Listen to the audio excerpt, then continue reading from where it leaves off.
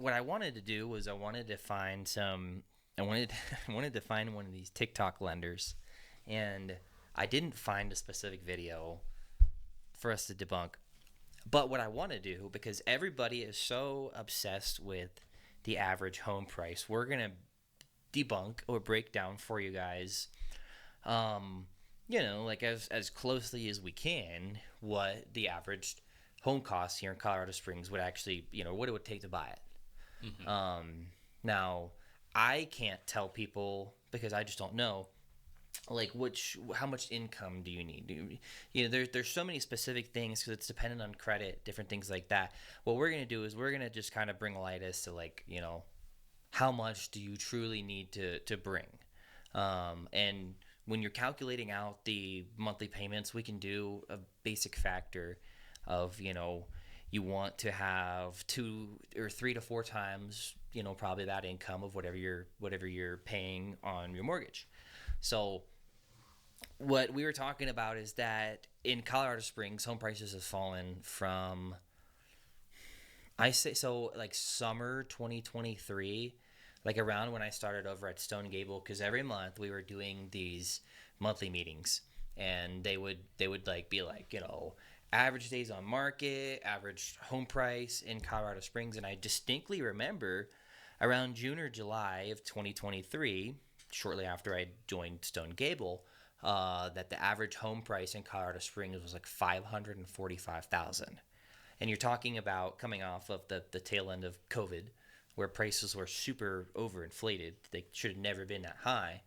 Hmm. And now, if you do a search, and anybody can do this, you just do a basic search, and it says that average home price in Colorado Springs has fallen to about 450,000, and it says it on Zillow, which Ryan has up, and it says it and a bunch of different places on Google. I think even like realtor.com had set up to like November, so prices had fallen to 460. So as of December, fell just a hair more beyond that. Yeah, and I think, this is also talking about homes that are actively listed right now, what it is that they're averaging out. And, something to weigh in here too is that the people who do have homes that are over $500,000, a lot of them might be holding until something happens that they're Yeah, waiting for. Like yeah, maybe they're all waiting for rates to drop too before it yeah, is that they throw it on, so that they have an easier time. Because as we know, over this last year, I mean, average days on market, you could say that better than me, but I was seeing 2-3 months on so many different listings. oh yeah. I mean, that's like if you were only on market, so from like May to now, if you were a seller or you were a listing agent, you had a listing and it was on the market for less than 3 months, like that's pretty good. Hmm. You know, I remember,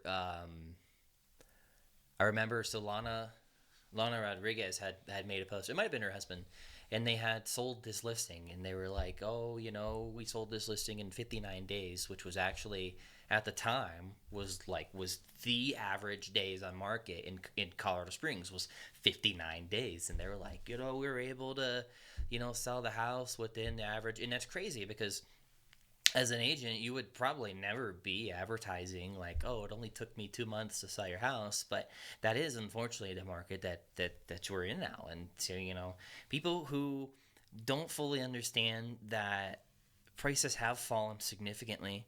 If you were looking to buy a house 18 months ago compared to now, you're in a much better position now to be able to buy a house. And of course, there's arguments with income, and obviously how much things have changed with inflation over the last year and a half. And I get it. Groceries have gone up. I eat food too. I feel it as well.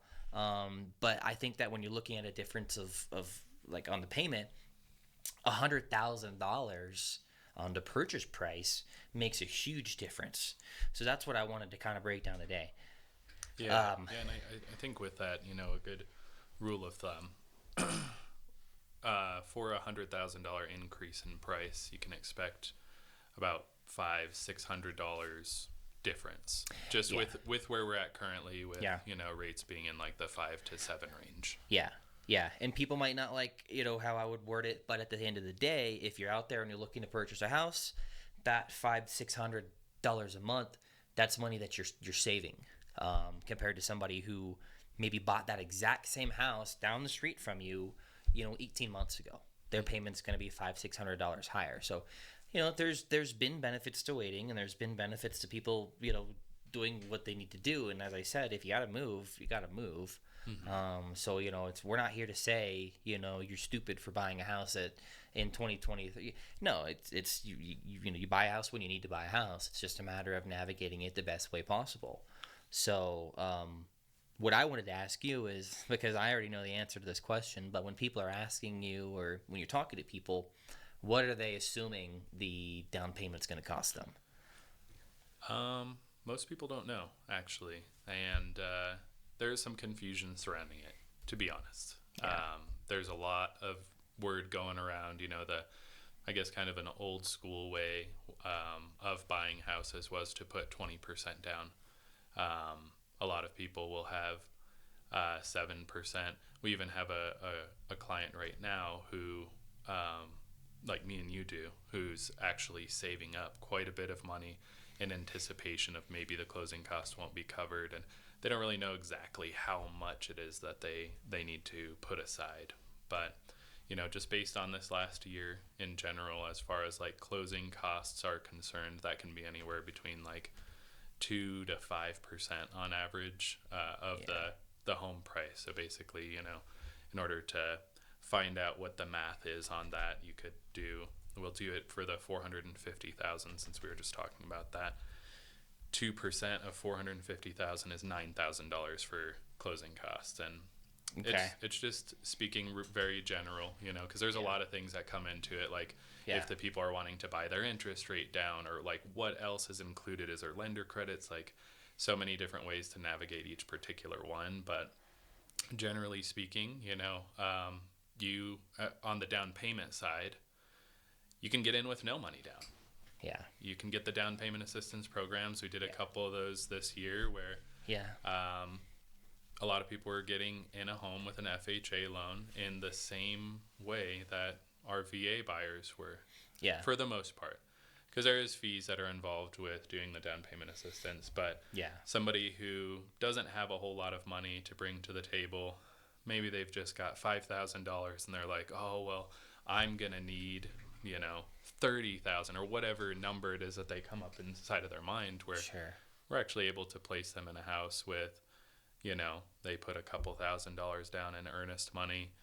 They pay for their inspection and for the appraisal, and they get most of their money back when they close. They get checks back, and a Yeah. lot of people don't know Yeah. you can get money back when you buy a house. Yeah. Yeah. Well, and so there's a lot of things people don't know, and we've had, I think, two clients this year, or sorry, 2024. So two clients last year who fit that bill exactly.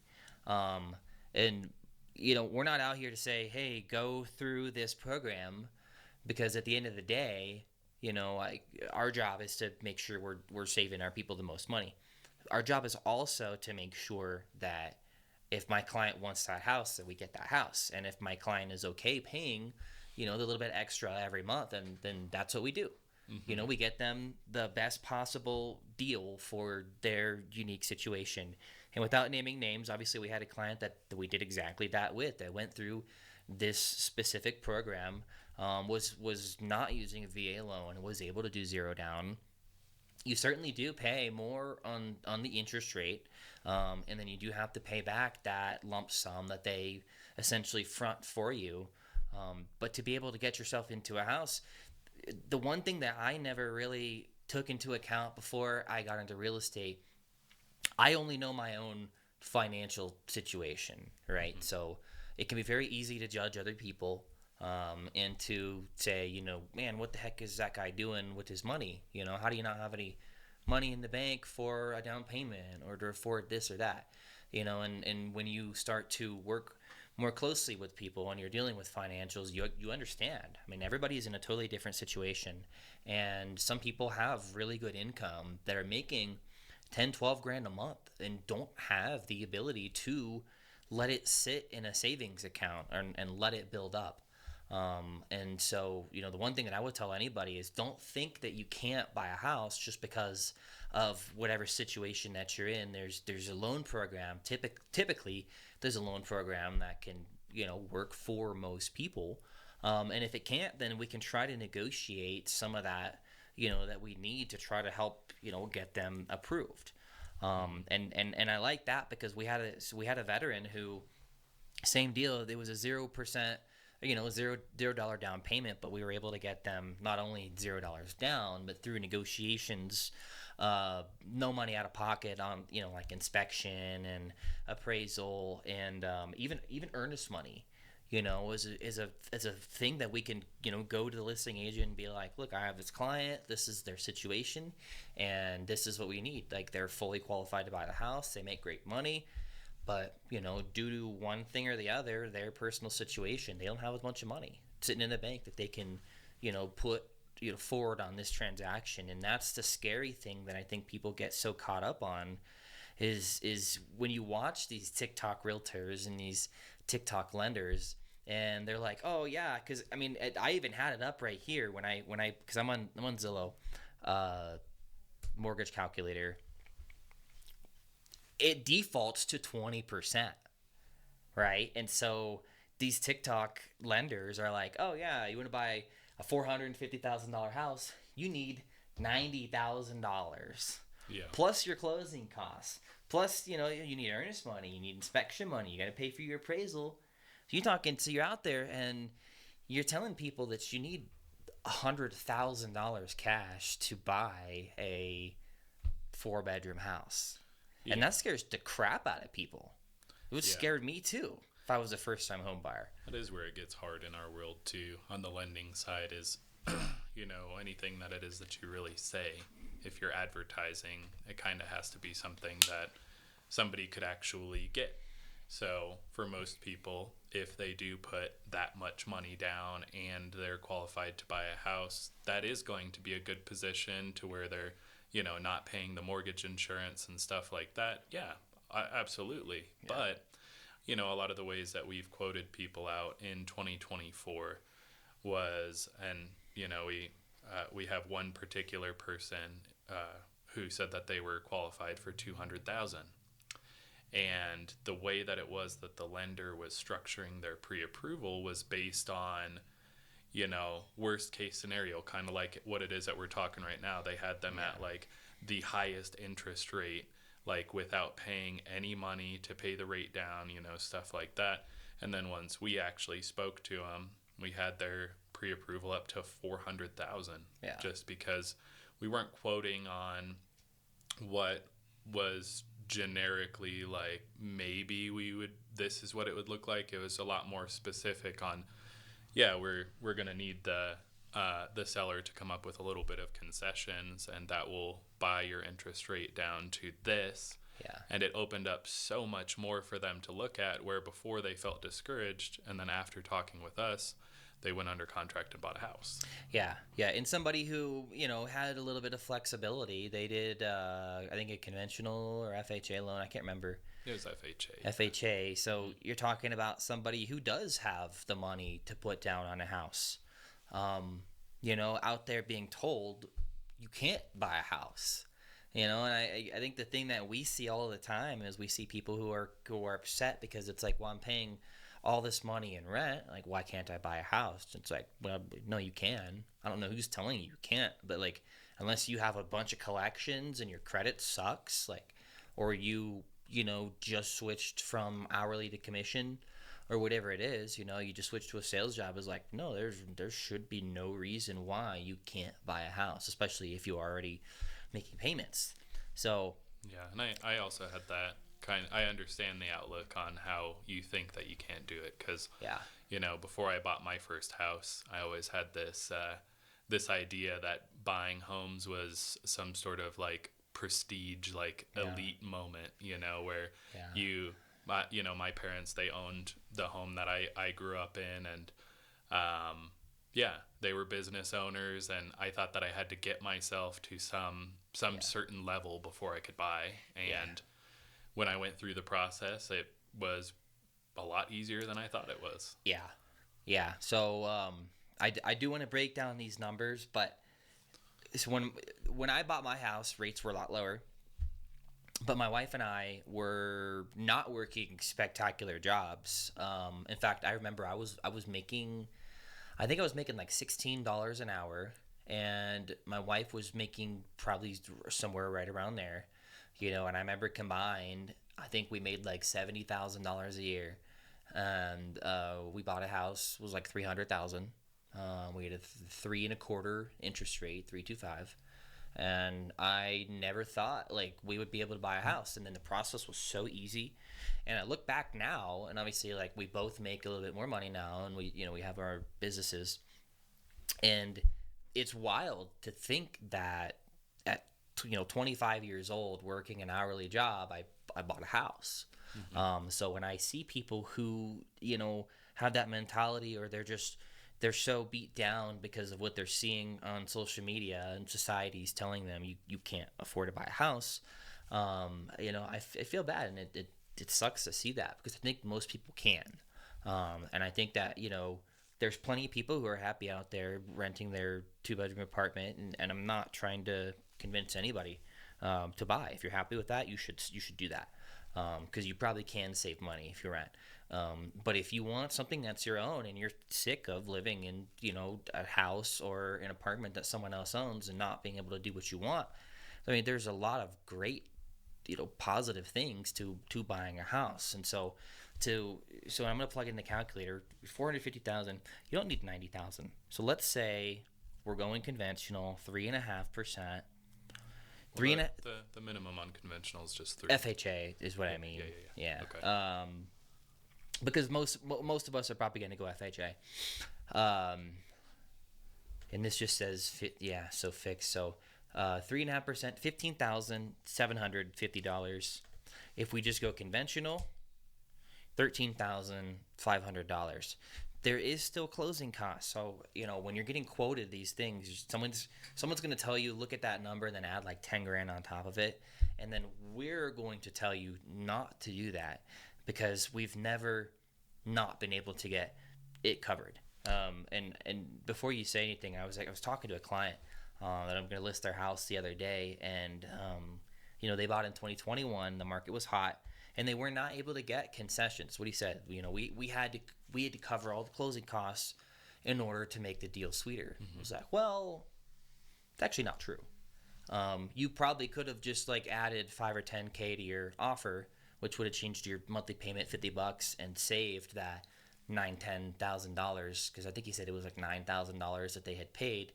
So VA buyer who, yeah, zero down, but you still came out of your pocket 9 grand for closing costs. Mm-hmm. So you're out here and you're pitching these certain things, is like, if you're able to get a true $0 down payment, well, it's like if you're still paying 10 grand at closing, that's not really zero down. So what I try to pitch to people is like, if it says that down payment number, know that it's not going to be that to the penny. It's not going to be $13,500 even. There's miscellaneous things to kind of add in there, but at the end of the day, there's no reason that number should be any higher, or that you're absolutely required to put any more than that down. And let's say you want to put 5% down and you got 22,500, you should do it. And you want to put 10% down because you've got 45 grand, do it. There's nobody stopping you from doing that and helping your payment out. And every time you up that down payment amount, your escrowed amount's going to be a little bit less.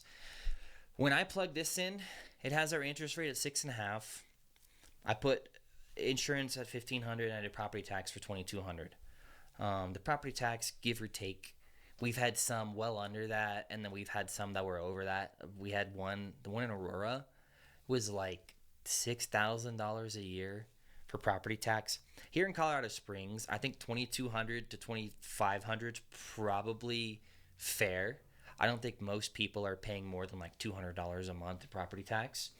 And then I don't have PMI included on there, but if we were going to do 450,000 at 6.5%, and we were just going to do our 3.5% down payment on a 30-year fixed loan, you're looking at a monthly payment of $3,059, so just over $3,000. Let's say we can negotiate and we can knock that 59 bucks off through some other fees. Or maybe we can get the insurance a little bit lower or the taxes a hair lower. Let's just say 3 grand. I know plenty of people right now who are paying 25, 2,600 a month in rent. Mm-hmm. And this is a $450,000 house. We're just talking about the average price house. For 400,000 in Colorado Springs, as we know, there's actually some pretty nice houses out there, depending on what you're looking for. And if I bump this down to 400, that takes our payment down to 2,750. Mm-hmm. Which again, if you're paying 2,600 in rent to live somewhere that somebody else owns, would $150 a month really make that big of a difference? Like I would jump on it if I was able to. That also lowers your down payment to $14,000. I think that that's a much more realistic number for the average person that's out there looking to buy a house. So when you're out there telling people, even in a $400,000 house, like $80,000 down if you did 20%, nobody has that kind of money. We're talking about regular people like you and me that have a few $1,000s, in our checking, maybe a few $1,000s in savings for those emergencies, and the rest of the money is like we're paying our bills with. So to be able to get to a position where 14 grand, I mean, I feel like that's somewhat attainable for most people. Whether you save up a few months, you sell some stuff around the house, you ask a family member, or you borrow money from somebody, which you are allowed to do now. You're the gift, the gift letters. Yeah, yeah, Sorry, yeah. I mean not borrow, no but but hey, being gifted something, as long as you have that ability to get the money, I mean that's not terrible. And so I'm just gonna throw some numbers out there. Let's say we could buy the rate down to 5.99. I don't know why that didn't change.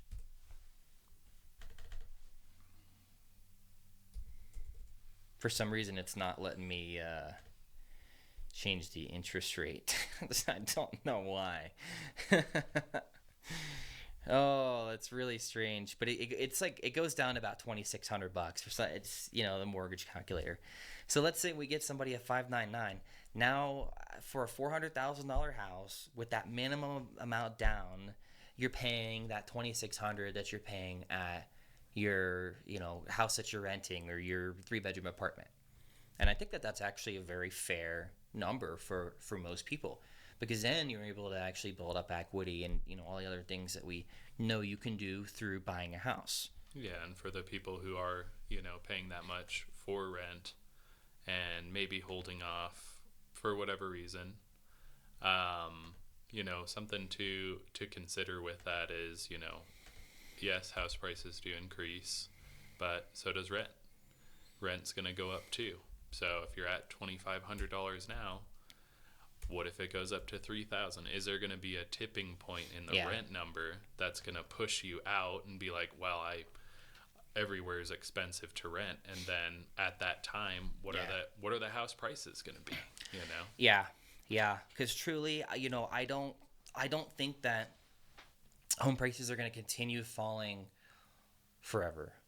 I mean that's a fact. I don't think they're going to continue falling too much throughout the rest of 2025. I definitely think we're going to continue seeing price drops for the next 2 or 3 months, but if everything does what they say that it's supposed to do with this, number one hottest market in the country, the price decreases. I mean, sure, they're not just going to disappear. They're going to go down. But it's not going to be anything like what we've been seeing with a straight up just downward trend as far as average home price. Mm-hmm. You probably will see, as you said, in certain areas in town where this average home price doesn't affect them. Some of these places where you said average home price was like over $700,000 is not going to be anywhere nearly affected.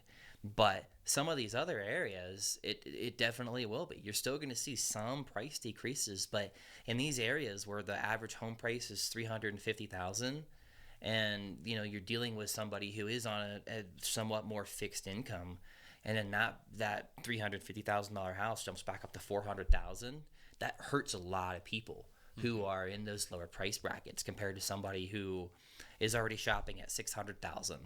And they're like, oh, I got to shell out $650 now. I mean, it hurts that buyer a little bit less than it does some of the other buyers. So It is interesting to see. I mean, the market is not going to get any friendlier for people who are on a budget.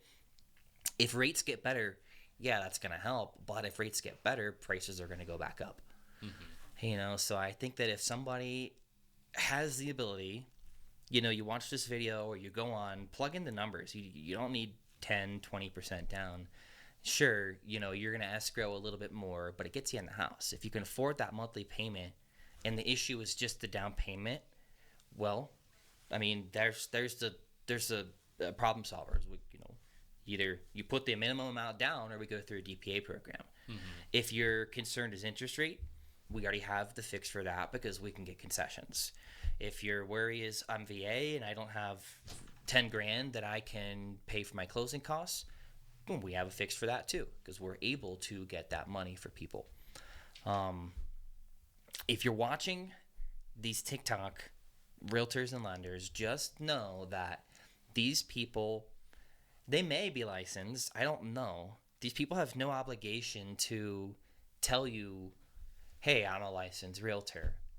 And in fact, I don't think I've seen any video from one of these people that we've sent back and forth that has started off the video be like, I'm a lender here in this state and I work for this brokerage. Like, I've never seen any of them do that.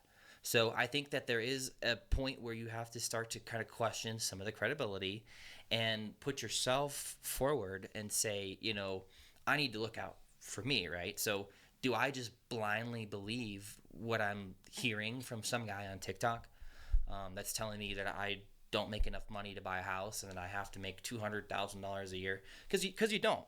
And I guess that's the one thing I kind of failed to mention. I don't have my phone. We do the math. Um, let's just say 10 grand a month. How much? What's the percentage on 2750 off of 10 grand a month? Like what's the percentage? 2750. Yeah, $2,750. Let's say that's your payment, Okay. and you make 10 grand a month. What's that? Ratio? What you're actually spending? Because this is the number that I want to point out to you guys when they're talking about, like, you see the rentals, which they can't do anymore, where like you need to make 3 times the amount. It's because they're factoring in what we call the debt to income ratio. They're factoring in what they think you can actually afford based off of what your current debt already is. That's a 27.5%. So as far as debt to income ratio goes, well, I guess that makes sense because it's 10,000. That's pretty good, right? You're talking that's well under 1/3 of your monthly income being spent on your housing. Hmm. And even if that was 3,000, that still only puts you at 30%. And Hmm. even if it went up to $3,300, that puts you right there at that 1/3 mark, where any bank and any lender is going to say that, like, yeah, that's not bad. You're only spending a third of your income on housing, which is supposed to be the biggest factor as far as the biggest number one thing you're spending money on. So again, does this number work for everybody? No. Is this number going to appeal to everybody? No. But if you if you're a budgeter and you're a numbers person and let's say you're a household that has a family budget, like, it does work. And we can make the financials work. Then you refi, like, my client just refi, got a 4.9 because he was able to escrow the other money into it. It's like, so it's still totally possible to be able to get into something and to be able to wait until you're just able to get your payment down. Hmm. Again, it's not for everybody. It's not going to work for every single person. We're all different shapes and sizes, as far as the loans go. I mean, nothing's ever exactly the same, but to be able to get into something, I mean, it's like you should be able to make this work. And if you can't make this work, there's a handful of programs that we can offer that, sure, maybe you're not getting the best interest rate in the world, but we could still make it happen. Yeah. you know and that's the beauty that I like about real estate and kind of working with you and learning the different programs, because there's so much misinformation in our field that we need people who are more willing to be transparent, and not just make stupid TikTok videos saying, you guys can't afford to buy a house. If you genuinely can't afford to buy a house, we'll tell you. If you come to me or Ryan and you you really want to buy a house and we just can't make it happen, like we're going to set you up with a plan to make it happen in the future because, your goals are what we're trying to accomplish. If you want to go out and you want to buy a burnt down trailer somewhere, I will facilitate that deal for you and I'll get you the best deal possible. And if you want to go out and you want to buy a $10 million mansion, I'm going to do the exact same thing because my job is to just take care of my clients the best way possible. And you're in the same boat. And there's been transactions where I've told you, like, I don't feel good about this, but client says pull the trigger because that's what they want to do. Maybe we didn't get them the best interest rate. Maybe we didn't get everything covered, but they're happy that they got, in the house or, just whatever the situation is. And I feel like that's what a lot of people are forgetting our job is. A lot of people think we're out there to pump the numbers and, make the most money for ourselves. And it's really not true. Those are the agents that we're hoping are slowly funneling out of, this industry as things get a little bit more competitive. Yeah, and I think that's an important thing as anybody is shopping pretty much for anything. I mean, if you're looking into real estate and you want to buy something, oh man, I don't even know how many realtors and lenders there is here in the Springs right now. Thousands. So, Yeah. I mean, you can know somebody, maybe it's a friend of a friend or, but just because somebody has their license or they are a lender doesn't mean necessarily that they're going to be looking out for you in the same ways that it is that we look out for our clients. Yeah. Max and I, we've been working together for all of last year, and our values align very much. We're in this because we care.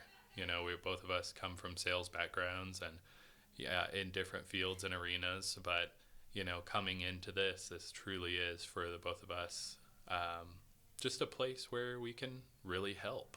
And like he just mentioned, those couple deals where we did have somebody who had a rate higher than 7% that we worked, and for me it didn't feel awesome doing that, because it sucks.